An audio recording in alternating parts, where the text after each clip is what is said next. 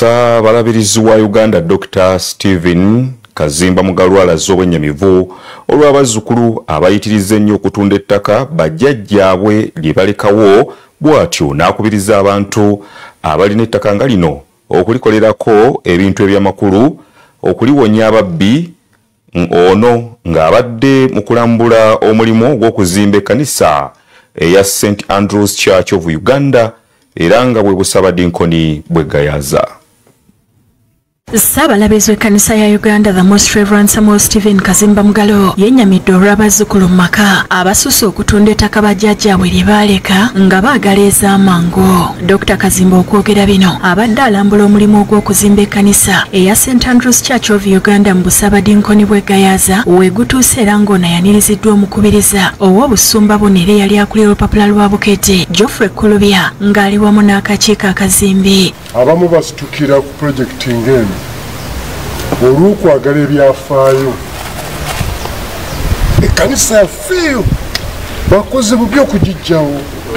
Omwawulu oyo Ssaabalabirizi gundi nga yagireka, gundi Kawuni Mugalu yagireka, gundi Sserwadda yagireka.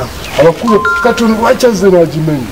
Omukubiriza Kulubya abuulidde Ssaabalabirizi omulimu we gutuuse n'asiima Abakristaayo olw'okuwaayo. Nobeerawo n'Abasesalonika n'Abakolinso bakyaliwo bali mu nsi gye tuyita Greece oba Buyonaani.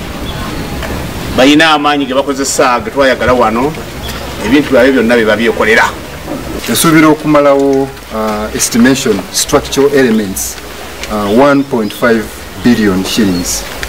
But that is estimated nga tetunakola finishes. But the structural elements nga mukoze slab, mukoze walls, you have roofed, so you are comfortable, you can live. Omulimu guno mwe Abakristaayo abawule bano mubalaba naffe ffenna ffe ekiseera kituuka ne tugenda ne mu bannannyini ate bannannyini musigalawo kyemuva mukola omulimu gwammwe oli abakubiriza bukubiriza. Oluvudde n'alambudde ettaka ly'ekkanisa n'asaba Abakristaayo okulikulaakulanya.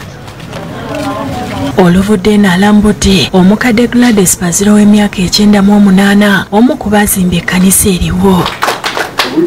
Obudde tebumalangako naye Katonda bw'akuwadde owa mukulu okujja okulaba ku Oluganda. Abawulire abantu singa obategeera nti Katonda bamulabye bamunywereze ddala. Katonda mulungi nnyo akika nnyo. David Tamale yakusakidde eggulire lino.